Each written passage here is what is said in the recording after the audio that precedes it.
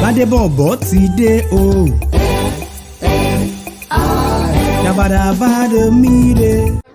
Ìwọ a fẹ́ pa ilé mi. Ṣó kéré jù láti lọ ṣọ ni.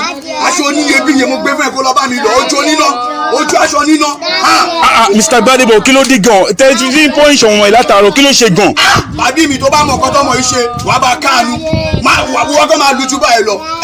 Lẹ́yìn birthday Délé Joseph. Ó lè gbé aṣọ owó ńlá fún mi. Ó ní kí n wọ̀ wá sí birthday òun. Mo ń sọ̀rọ̀ nípa ìjíhùn mi.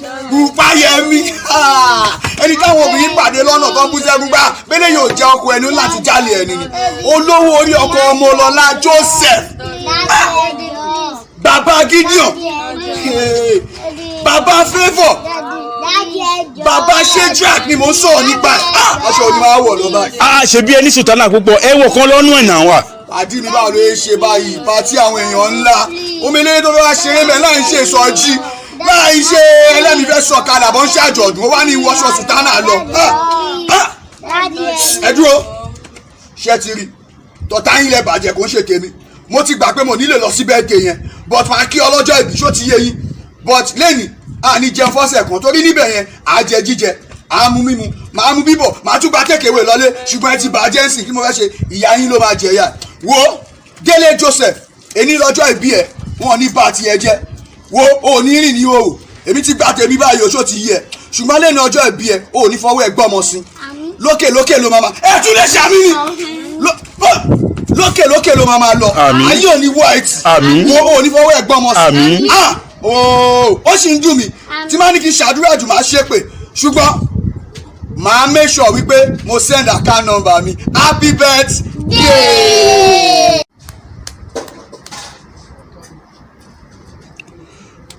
Ó dáná ẹjọ́ ẹ filẹ̀ máa ṣe 30k sáà àkáǹtì yẹn máa fi ra aṣọ mi ẹjọ́. 30 what 30k kò sí jàmọ́ gbélé wàá jókòó ọmọ mi náà ní kò sí jàmọ́. Daddy mi wọ́n láìkì owó. bàjẹ́ mi ní láìkì owó ṣùgbọ́n ká tó máa lọ jẹ́ ká kí ọlọ́jọ́ ìbí àwọn tó ń kí ẹ pọ̀ gan o ṣó ti rí Ayọ̀mídé Lẹ́kan àti favourite wọ́n ní kí ẹ gàdá kí n ṣí ẹ pẹ̀lẹ́ àgàgà wọn only flock of Christ choir Agége 2 wọ́n sọ pé kí n wish ẹ ní happy birthday wọ́n ní ìgbà ọdún kan ni wo bébì mi jẹ́ àbá lọ.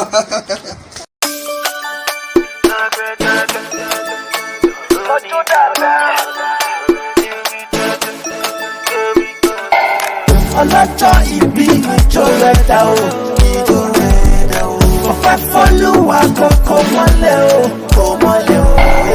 ọlọ́jọ́ ìbí ìjọ rẹ̀ dá sẹ́ o ọ̀pẹ fọ́lùwà kò mọ́lẹ̀ o bóyá jó dáadáa kò jó dáadáa lọ́jọ́ dáadáa ọmọ ọlọ́jọ́ ìbí jó dáadáa kò gágá chọpẹlẹ fún àti lówó dáadáa ebelebe ó nana òṣìṣẹ́ ti bọ́gẹ́lẹ̀ ó fẹ́ jó dáadáa today na the celebration for the celebrant scatter the dance floor don't let them tell you that you can't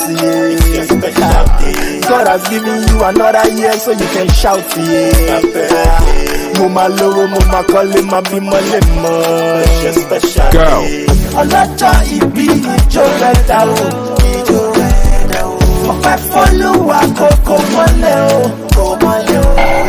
ọlọ́jọ́ ìbí ìjọ rẹ̀ dá sẹ́ o ọ̀pẹ fọ́lùwà kò mọ́lẹ̀ o bóyá jó dáadáa kò jó dáadáa lọ́jọ́ dáadáa ọmọ ọlọ́jọ́ ìbí ọlọ́jọ́ ìbí ti dolówó ó ti powó wá èmi ti kọ́ lọ́wọ́lé ó ti dọ́lọ́lá mi ò do big things mi ò ṣeré wá àwọn dey run the place ó lè tẹ̀lé wá today na the celebration for the celebrant